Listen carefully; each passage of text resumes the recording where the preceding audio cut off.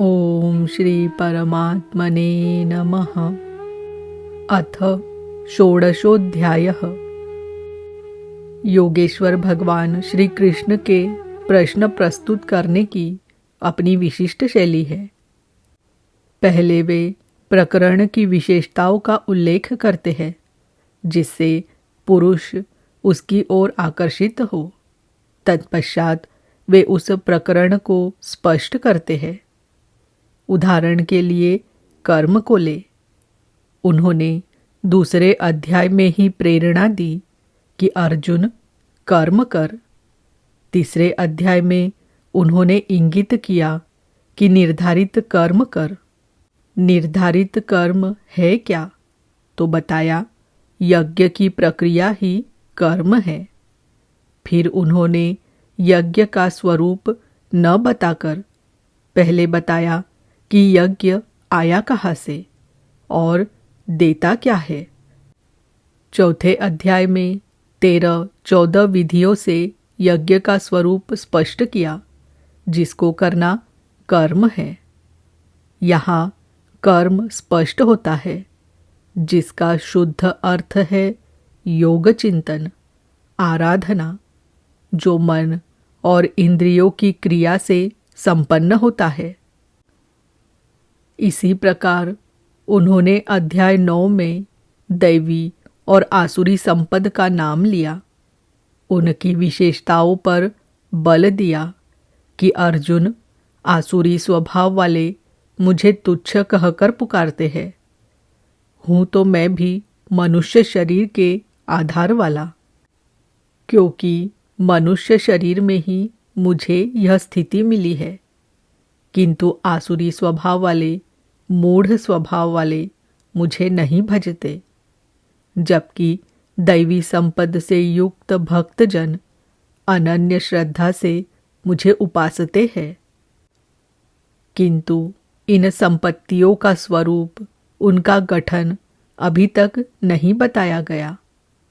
अब अध्याय 16 में योगेश्वर उनका स्वरूप स्पष्ट करने जा रहे हैं, जिनमें प्रस्तुत है पहले दैवी संपद के लक्षण। श्री भगवानुवाच अभयं सत्व संशुद्धिर् ज्ञानयोग व्यवस्थितिः दानन्दमश्च यज्ञश्च स्वाध्यायस्तप आर्जवम्। भय का सर्वथा अभाव, अंतकरण की शुद्धता, तत्व ज्ञान के लिए ध्यान में दृढ़ स्थिति अथवा निरंतर लगन, सर्वस्व का समर्पण, इंद्रियों का भली प्रकार दमन, यज्ञ का आचरण, जैसा स्वयं श्री कृष्ण ने अध्याय 4 में बताया है।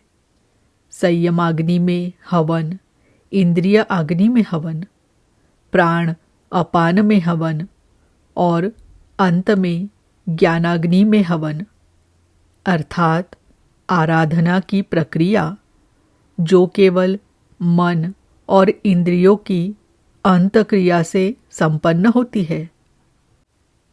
तिल, जौ, वेदी इत्यादि सामग्रियों से होने वाले यज्ञ का इस गीतोज्ञ यज्ञ से कोई संबंध नहीं है। श्री कृष्ण ने ऐसे किसी कर्मकांड को यज्ञ नहीं माना। स्वाध्याय अर्थात स्वस्वरूप की ओर अग्रसर कराने वाला अध्ययन, तप अर्थात मन सहित इंद्रियों को इष्ट के अनुरूप ढालना, तथा आर्जवम शरीर और इंद्रियों सहित अंतकरण की सरलता। अहिंसा सत्यमक्रोधस् त्यागः शान्तिरपैशुनम् दया भूतेष्वलोलुप्त्वं मार्दवं ह्रीरचापलम्। अहिंसा अर्थात आत्मा का उद्धार। आत्मा को अधोगति में पहुंचाना ही हिंसा है।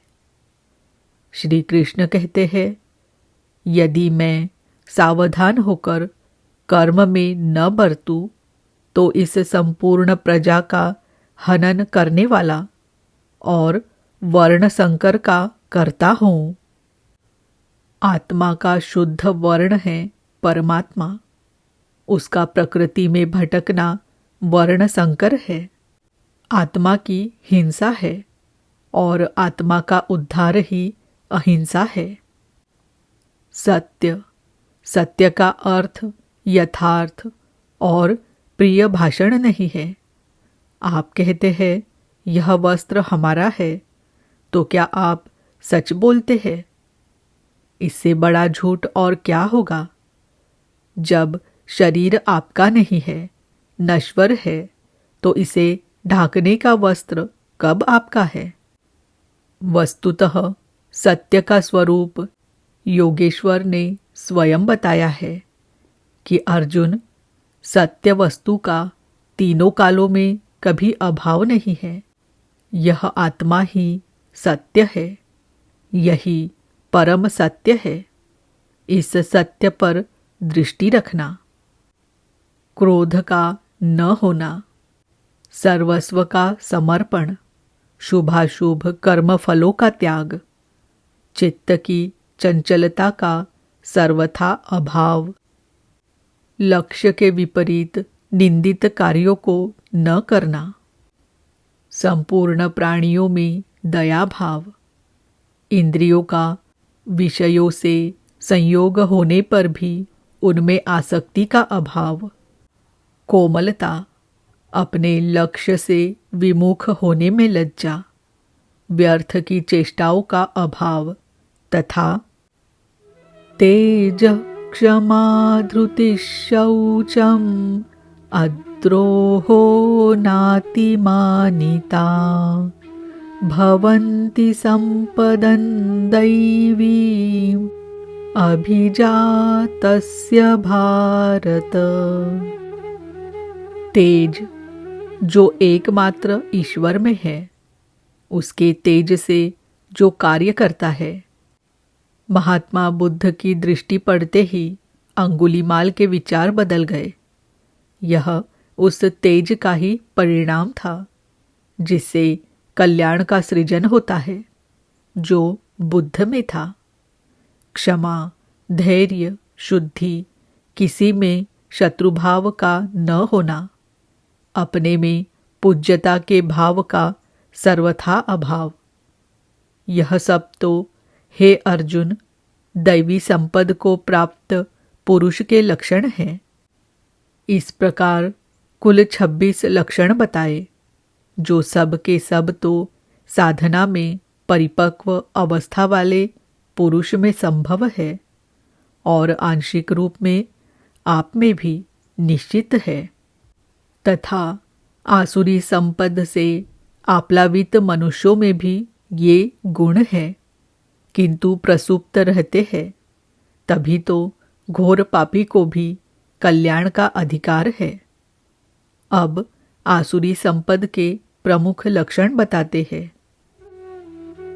दंभो दर्पोऽभिमानश्च क्रोधः पारुष्यमेव च अज्ञानैचाभिजातस्य पार्थ संपदमासुरीम्।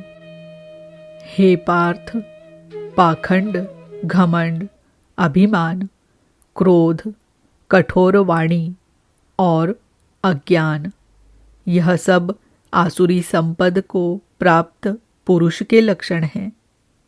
दोनों संपदाओं का कार्य क्या है? दैवी संपद्विमोक्षाय निबन्धायासुरीमता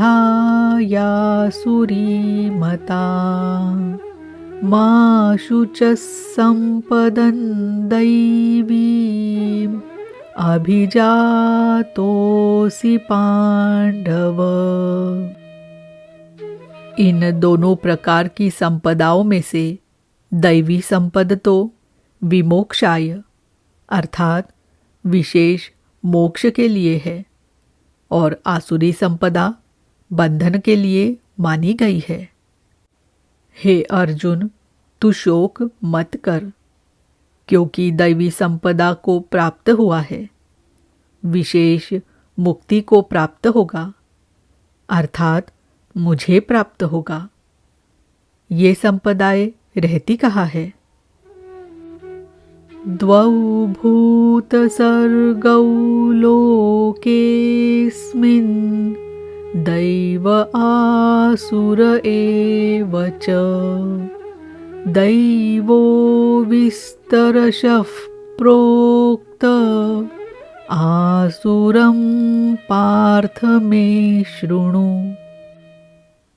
हे अर्जुन, इस लोक में भूतों के स्वभाव दो प्रकार के होते हैं, देवों के जैसा और असुरों के जैसा। जब हृदय में दैवी संपद कार्य रूप ले लेती है तो मनुष्य ही देवता है, और जब आसुरी संपद का बाहुल्य हो तो मनुष्य ही असुर है। सृष्टि में ये दो ही जातियां हैं, वह चाहे अरब में पैदा हुआ है, चाहे ऑस्ट्रेलिया में कहीं भी पैदा हुआ हो, बशर्ते है इन दो में से ही। अभी तक देवों का स्वभाव ही विस्तार से कहा गया, अब असुरों के स्वभाव को मुझसे विस्तार पूर्वक सुन।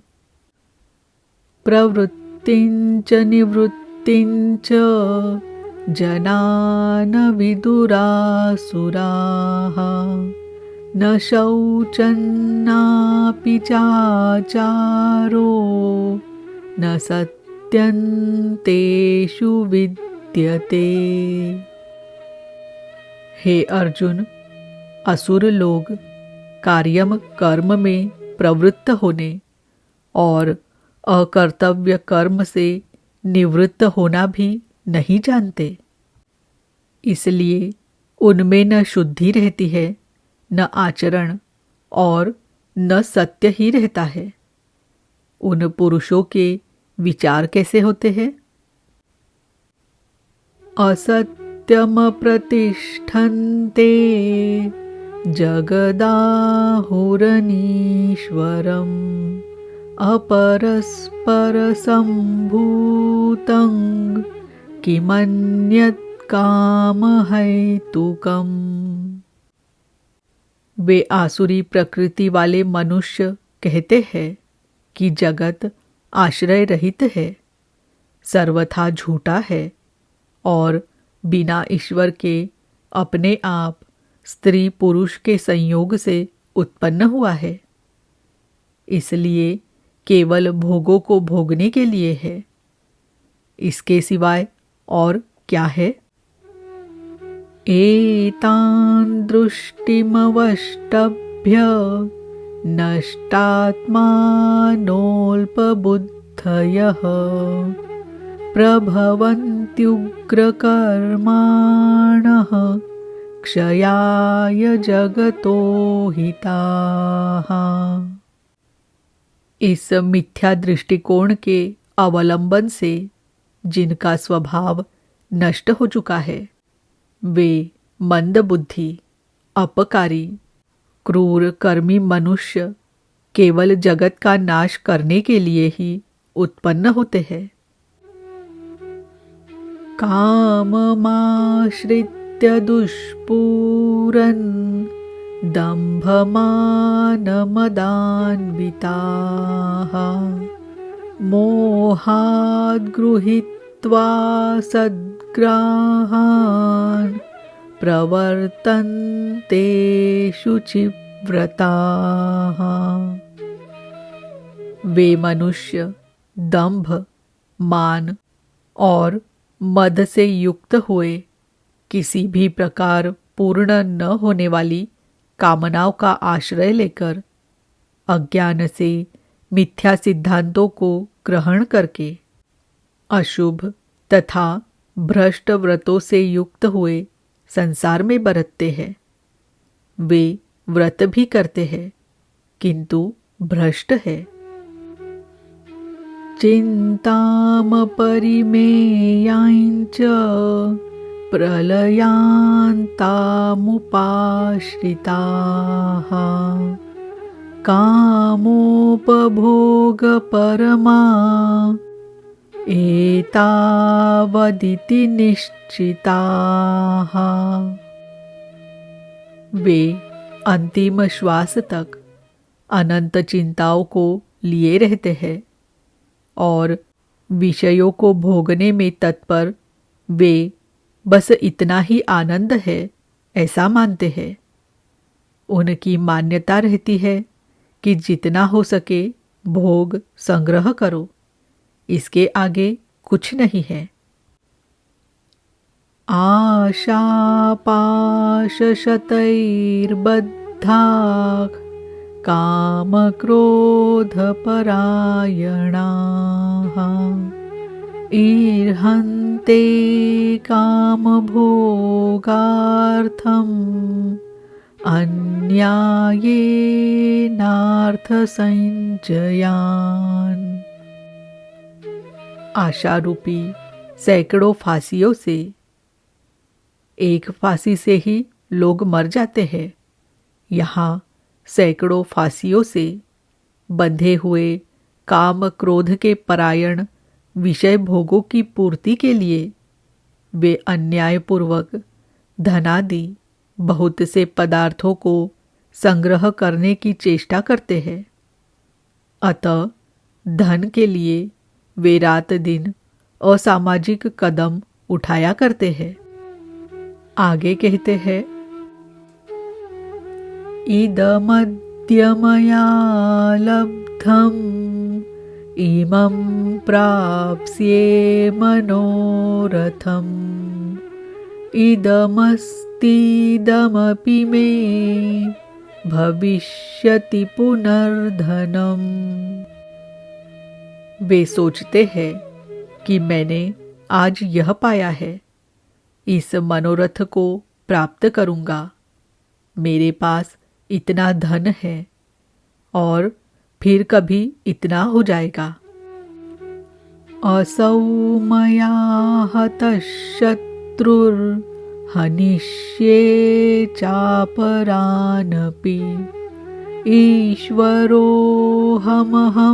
भोगी सिद्धोऽहं बलवान् सुखी। वह शत्रु मेरे द्वारा मारा गया और दूसरे शत्रुओं को भी मैं मारूंगा। मैं ही ईश्वर और ऐश्वर्य को भोगने वाला हूँ। मैं ही सिद्धियों से युक्त बलवान और सुखी हूँ।